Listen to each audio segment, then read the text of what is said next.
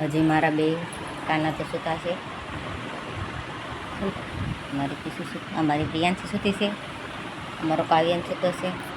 અને આપણે તો નાહી ધોઈને એકદમ મસ્ત મજાના ફ્રેશ થઈ ગયા છે. ચા પાણી પીવાના બાકી છે. નાસ્તો મુકેશને મારા દેવરથી બે ટિફિન લઈને ચલા ગયા છે. અને મારે હજી ચા નાસ્તો બધું બાકી છે.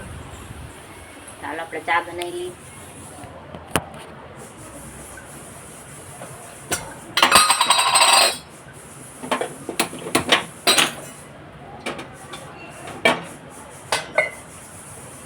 ચા ને રોટલી જે મારે નાસ્તો કરવાનો બાકી છે.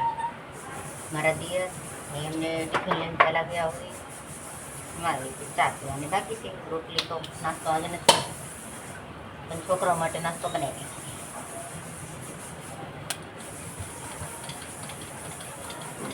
આજે તો ઘરનું કામ બધું બાકી છે.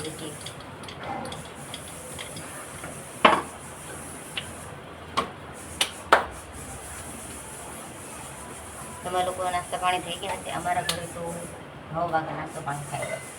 તમારા ઘરે કેટલા વાગે થાય તે જરા કમેન્ટમાં કહેજો.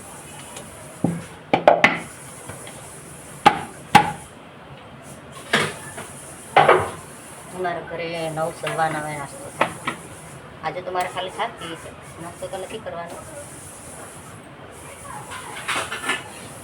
આજે બહુ લેટ થઈ ગયું છે નાસ્તો કરવાનો. 9 વાગી ગયા છે. 9 વાગે તો નાસ્તો કરી પછી બપોર જમવાનું ના ચાલે કાંઈ. અને હજી કામ પણ બધું બાકી છે.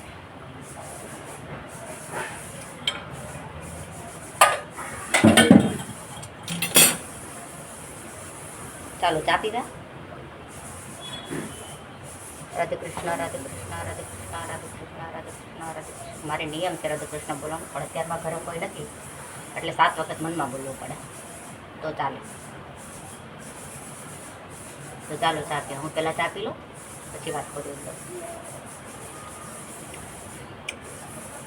એકદમ મસ્ત મજાની ચા બની ગઈ છે. રોટલી પણ સાથે સાથે બનાવી.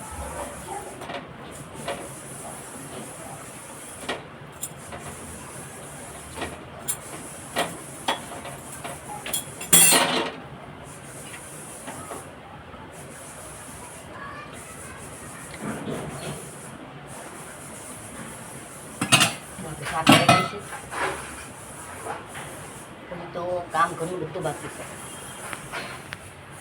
કામ ઘરનું બધું બાકી છે. જોઈ શકો છો તમે. બધું રોટલી બનાવી છે, શાક બનાવીશ, કપડાં ધોવાના બાકી છે. મારા છોકરા બી સૂકતા છે ને હું તમારી સામે વાત કરવા બેસી ગઈ છું.